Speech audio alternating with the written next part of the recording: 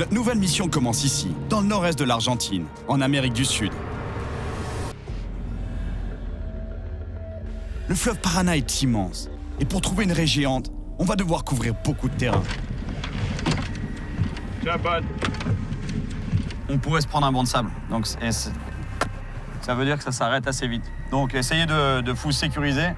Terry, t'as compris? Hold on tight. Tu comprends de mieux en mieux? C'est bon.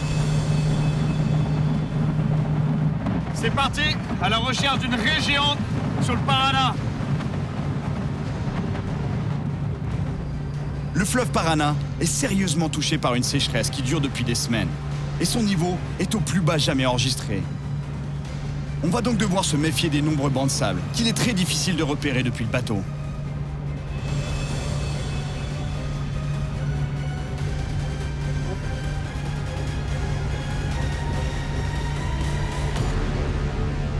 Ce sera pas une chose facile de trouver le poisson qu'on recherche dans cette immensité d'eau. La raie, c'est un poisson de fond qui aime les fonds de sable et les fonds vaseux.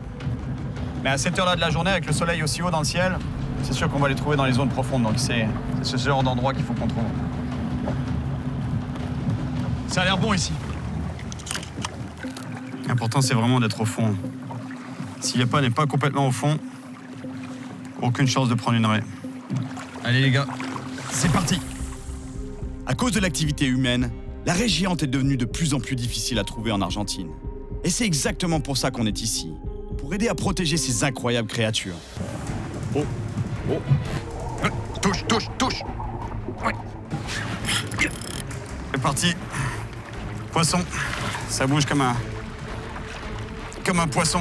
Mais c'est pas une raie. Ça a des mouvements assez erratiques, des coups de tête assez erratiques, donc ça doit être un... Ouais. Yes, c'est un armado. Vous allez voir ce qu'il a sur le long du corps.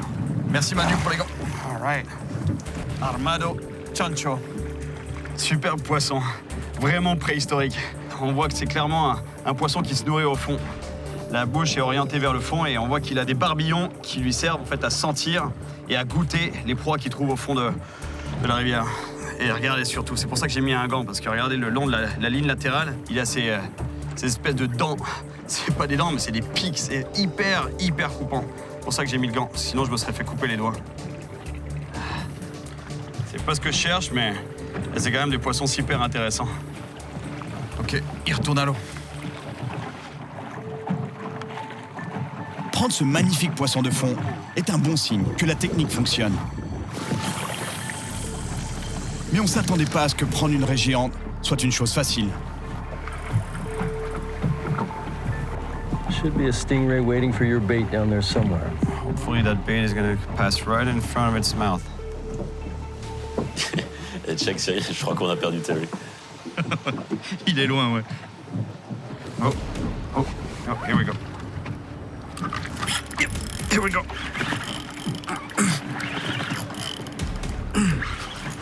Fish on.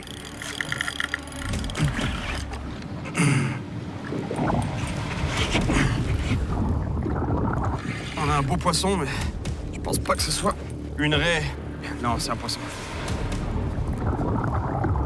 Je peux vous dire que c'est un poisson parce que ça nage pas du tout comme une raie pour en avoir déjà pris. D'autres types de raies, ça nage vraiment, c'est très difficile à remonter du fond. C'est vraiment une masse plate et ça se colle au fond. Alors que ça il nage en pleine eau, puis il met des coups de tête, il met des coups de queue, je le sens. Yes. C'est un surubí pintado. Merveilleux poisson du Paraná.